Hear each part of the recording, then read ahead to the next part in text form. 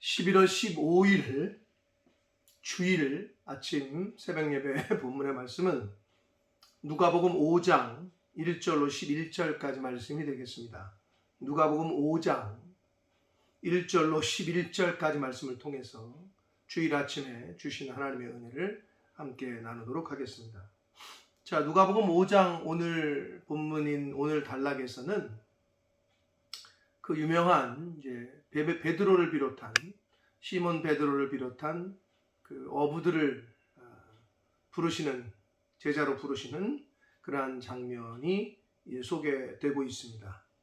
그래서 오늘 본문에 관련한 이야기는 누가복음뿐만 아니라 마태복음 4장과 그리고 마가복음 1장 16절에서 20절 사이에도 동일하게 나오는 병행 문단이 공관복음 마태, 마가, 누가 요 세 복음서에서 공통적으로 나오고 있는 그런 사건이 되겠습니다. 자, 그래서 이 너무나도 유명한 말씀이지만 다시 한번 본문 속으로 들어가서 오늘 아침에 주시는 하나님의 은혜를 함께 나누도록 하겠습니다. 자, 1절부터 봅니다. 무리가 몰려와서 하나님의 말씀을 들을새 예수는 게네사렛 호숫가에 서서 계셨습니다. 자, 무리들이 예수님께로 몰려와서 하나님의 말씀을 들었다. 그리고 예수께서는 게네사렛 호숫가에 서셨다라고 말씀하는데, 이 게네사렛 호숫가는 여러분 여러 가지로 불리긴 했지만 디베랴 바다라고도 불렸지만 제일 여러분이 알기 쉬운 거는 갈릴리 바다입니다. 갈릴리 호수라고도 하고 바다라고도 하는 이 갈릴리 바다를 말해요. 그게 여기서 말하는 게네사렛 호숫가다. 그렇게 인식을 하시고, 자, 갈릴리 바다에 서셔서 하나님의 말씀을 가르치고 계셨는데, 전하시고 계셨는데 2절에 보니까 그 갈릴리 바다에 배 두 척이 있는 걸 보셔요. 시몬 베드로와 그 다른 형제 안드레, 야고보, 요한 이런 친구들의 배였었습니다. 이 제자들의. 그래서 근데 이때에 이들이 하고 있었던 건 뭐냐면 밤새 고기를 잡았는데 한 마리를 못 잡았어요. 그래서 이제 퇴근하려고 집에 가려고 정리하고 있었어요. 그물 정리하고 이제 집에 가려고. 그래서 보면 어부들은 배에서 나와서 그물을 싣고 있었다. 그물도 정리하고 이제 집에 가려고 정리를 하려고 하고 있었습니다. 자, 그런데 예수께서 시몬 베드로의 배에 오르십니다. 한 배에 오르시니 그 배는 시몬의 배라. 육지에서 조금 뛰기를 청하시고 앉으사 배에서 무리를 가르치셔요. 그러니까 사람들이 너무 이제 많으니까 약간 시선의 확보, 그 다음에 이제 공간적인 확보를 위해서 배를 육지에서 약간만 띄워서 그 배 위에서 시몬 베드로의 배 위에서 이제 말씀을 가르치셨다. 그리고 4절에 보니까 말씀을 마치시고 그래요. 이제 말씀을 한동안 하셨습니다. 하나님의 말씀을 잘 가르치시고 이제 마치시고 시몬에게 이렇게 말씀하십니다. 깊은 데로 가서 그물을 내려 고기를 잡으라. 자, 앞에서 제가 말씀드렸어요. 지금 베드로는 어부야. 밤새도록 고기를 잡았지만 잡지를 못했어요. 근데 갑자기 예수님께서 어떻게 보면 물고기 잡는데 전문가인 베드로에게 자, 깊은 데 저쪽으로 가서 그물을 던져봐라. 그러면 고기가 잡힐 거다. 고기를 잡으라. 그러자 시몬이 대답하는 게 여기서 참 우리가 눈여겨봐야 되는데, 시몬이 대답하여 이르되 선생님, 우리들이 밤이 새도록 수고하였으되 잡은 것이 없다. 그렇지만 말씀에 의지하여 그물을 내리리이다 하고 그랬어요. 자, 전문가의 밤새 시도를 했어요? 없었어요. 그런데 갑자기 비전문가라면 비전문가인 예수님께서 야, 저쪽에 한번 가서 깊은 데 가서 그물을 좀 내려봐라. 형식상, 예의상 뭐 그래도 많은 사람이 인기를 끌고 있는 사람이니까 그래서 순종했을까요? 그렇게 보여지진 않습니다. 저는 문맥상 말씀에 의지하여 그랬어요. 결국 이것은 베드로가 이렇게 순종할 수 있었던 것은 예수님께서 베드로 자신의 배에서 무리들을 가르치시는 하나님의 말씀을 이렇게 잘 듣고 있었어요. 근데 그 말씀이 권세가 있고 권위가 있고 파워풀했던 것 같아요. 그래서 이미 그 말씀에 베드로가 감동을 받았어요. 그러던 차에 갑자기 자신에게 야 저쪽 깊은 데 가서 금을 던져라 하니까 순종할 수밖에 없었던 거예요. 그래서 베드로는 자신이 전문가고 뭐 알지 못한 가만히 계시라고 우리가 다 해봤다고 이런 말 하지 않고 말씀에 의지하여 내가 그물을 그럼 한번 다시 내리겠습니다 라고 예수님의 말씀에 순종하게 됩니다. 그랬더니 6절 그렇게 하니 고기를 잡은 것이 심이 많아 그물이 찢어질 정도로 많이 잡혔대요. 그래서 7절 이에 다른 배에 있는 동무들에게 손짓하여 와서 도와달라 하니 그들이 와서 두 배에 채우되 잠기게 되었다. 만선이에요. 한 배가 아니라 두 배가 만선일 정도로 많이 잡혔다는 거예요. 그러자 8절 시몬 베드로가 이를 보고 예수의 무릎 아래에 엎드려 이르되 주여 나를 떠나소서 나는 죄인이로소이다 라고 고백을 해요. 갑자기. 자, 근데 여기서 중요한 거는 처음에 시몬 베드로가 예수님을 부를 때에는 5절에 선생님이여 라고 불러요. 예수님을. 그런데 여기서는 8절에서는 주여로 호칭이 바뀌어요.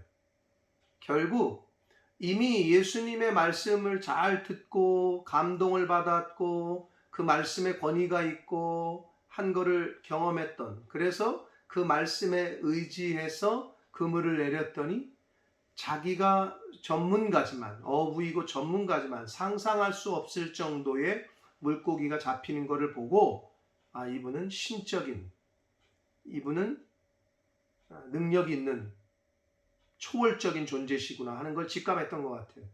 그래서 자신의 죄인인 자신 앞에서 좀 떠나십시오 라고 그렇게 고백을 합니다.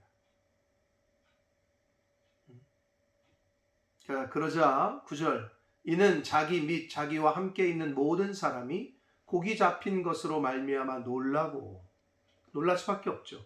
자기들은 전문가인데도 밤새 못 잡았는데 한 번 지정해 주신 포인트에 가서 그물을 내리니까 두 배가 만선이 됐다. 10절 세베대의 아들로서 시몬의 동업자인 야고보와 요한도 놀랐습니다.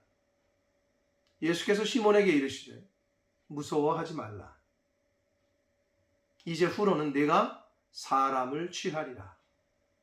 사람을 사로잡을 것이다 라고 말씀을 하셨습니다. 자, 그렇게 이렇게 소명을 주시고 콜링을 하시니까 11절 그들이 배들을 육지에 대고 모든 것을 버려두고 예수를 따르니라 라고 말씀하고 있습니다.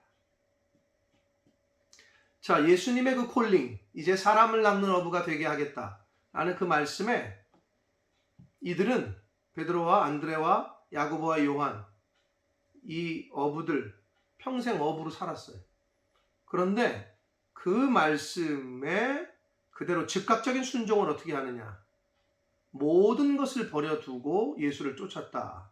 예수를 따랐다라고 누가는 지금 기록합니다.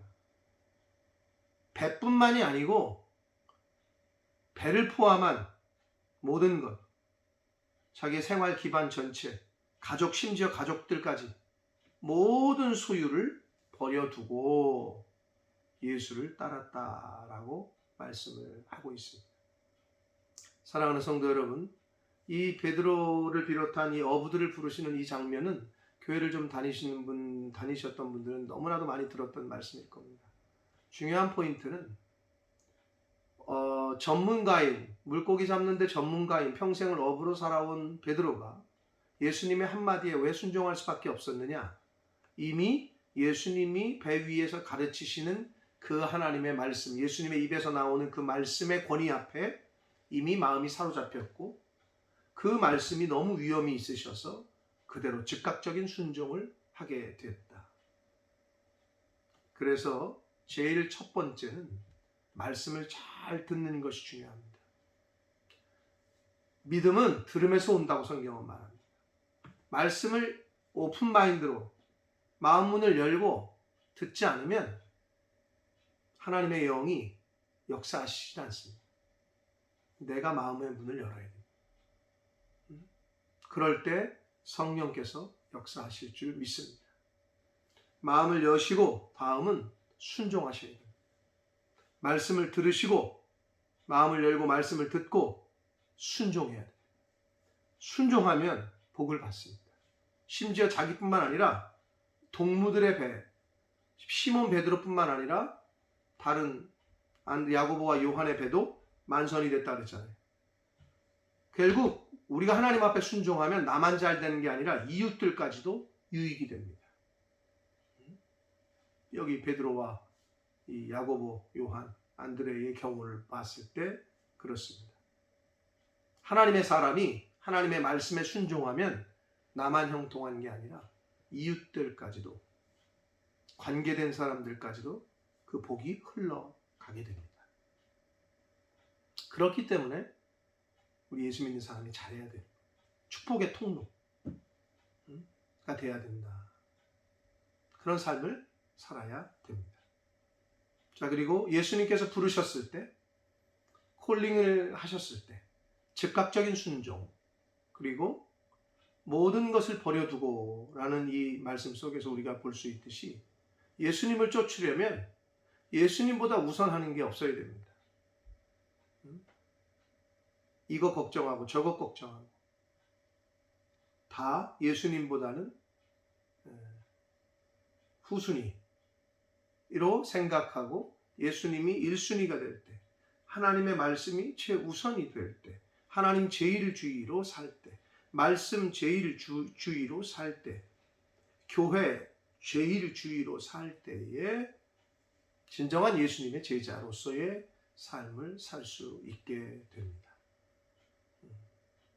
그러나 그 모든 것을 버려두지 못하면 이것도 걸리고 저것도 걸리고, 그러면 진정한 예수님의 제자로서의 삶을 살기가 어렵습니다. 바라기는 하나님의 말씀을 잘 듣고, 듣는 것으로 그치는 게 아니라 순종하고, 순종하여 이웃들까지도 복이 흘러가는 축복의 통로로서의 삶을 사시고, 또 하나님께서 콜링하실 때 부르신다면 즉각적으로 순종하되, 다른 것들이 그 하나님의 말씀의 명령에 순종하는 걸 방해하지 않도록 우선순위를 바로 할 수 있는 그러한 저와 여러분의 삶의 자세, 삶의 태도를 가지고 살아가시는 하나님의 자녀된 저와 여러분이 되시기를 예수 그리스도 이름으로 축복합니다. 기도하겠습니다.